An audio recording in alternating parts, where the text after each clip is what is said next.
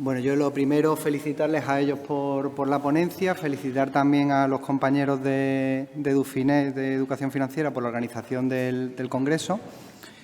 Y bueno, y si bien pues lo han expuesto todo de una manera clara y concisa, siendo un tema que podría llevarse en una ponencia de multitud de horas, porque todo daría para estirarlo bastante,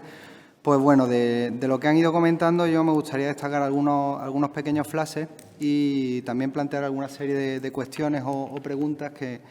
me suscitan, ¿no? En cuanto al primer apartado, ¿no?, cuando se mencionaba el análisis comparativo del marco jurídico en Europa, veíamos cómo, evidentemente, por desgracia esto sucede en muchos ámbitos, ¿no?, que al final las políticas que se llevan a cabo en los distintos países, si bien todas nacen, por lo general, de un marco común y de unas directivas europeas, no se aplican por igual en todos los sitios, ¿no? Entonces, bueno,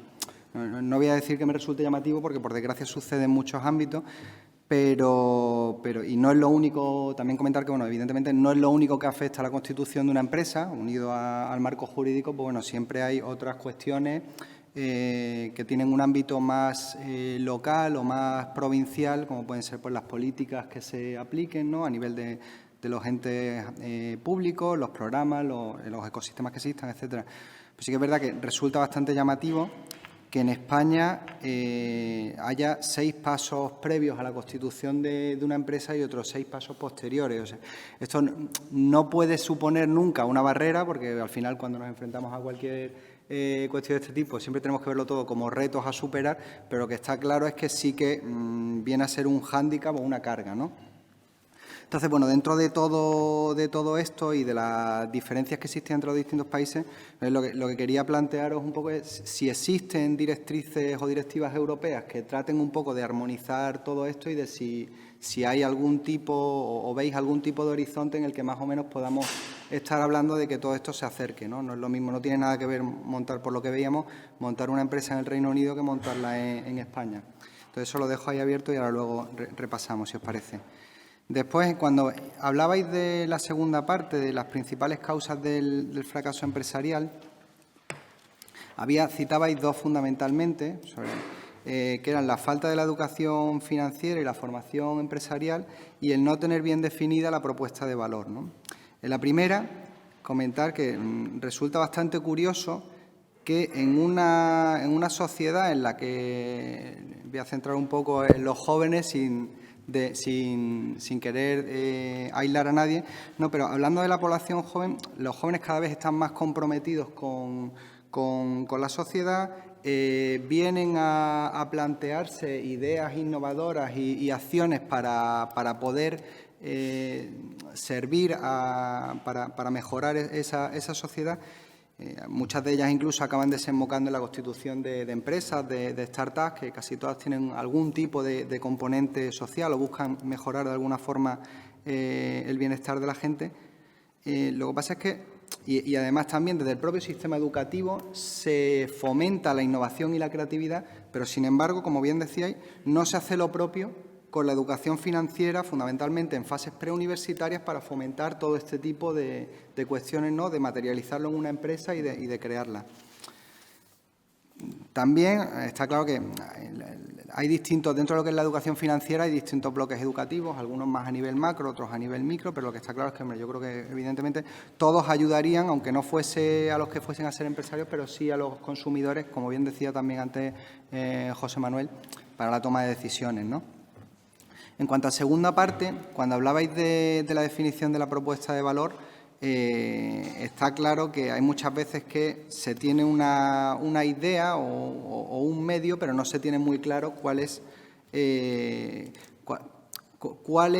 el aspecto que lo puede hacer diferencial respecto a lo que ya existe, ¿no?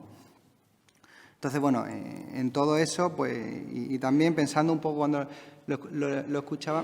o cuando me hacía yo mismo la pregunta, ¿qué medida, a qué edad consideráis que estos conceptos de cultura empresarial son asimilables por las personas? Y lo digo sobre todo porque, por ejemplo, tengo una hija de 6 años y es verdad, hace poco me preguntó, yo vengo casi toda la vida del mundo de la empresa privada, en mi carrera profesional, y me preguntó que qué es una empresa. Ella sabe perfectamente qué es una profesión, pero cuando no sabe lo que es una empresa y resulta muy difícil explicarle, sobre todo a la gente más pequeña, qué es una empresa, ¿no? Entonces, bueno, lo comento ahí sobre a qué edad consideráis que se pueden empezar a asimilar bien estos conceptos de cultura empresarial, ¿no?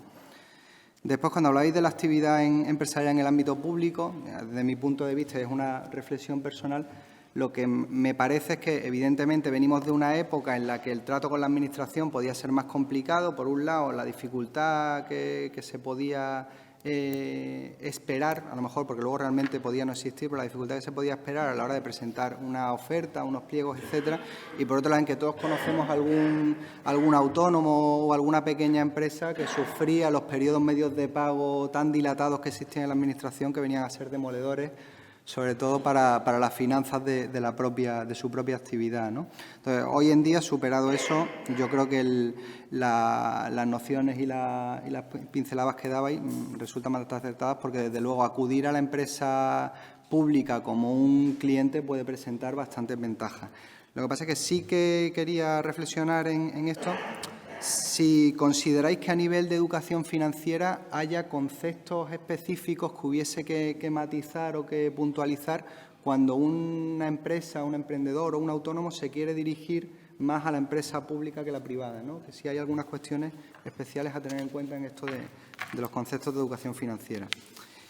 Y ya para finalizar en mis reflexiones,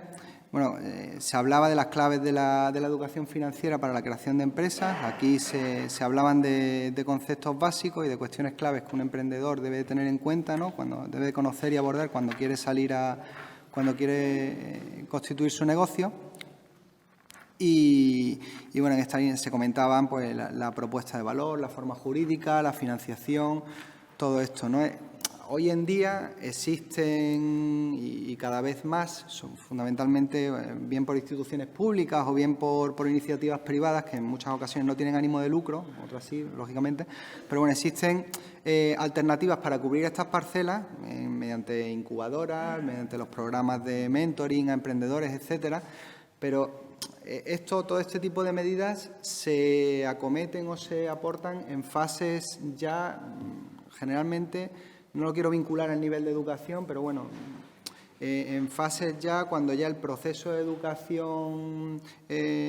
primaria, secundaria, universitaria se aplica o de grado, lo que sea, ya ha transcurrido, ¿no? Entonces yo ahí lo que preguntaría es que la formación de todos estos conceptos debería de venir en fases anteriores, en fases previas.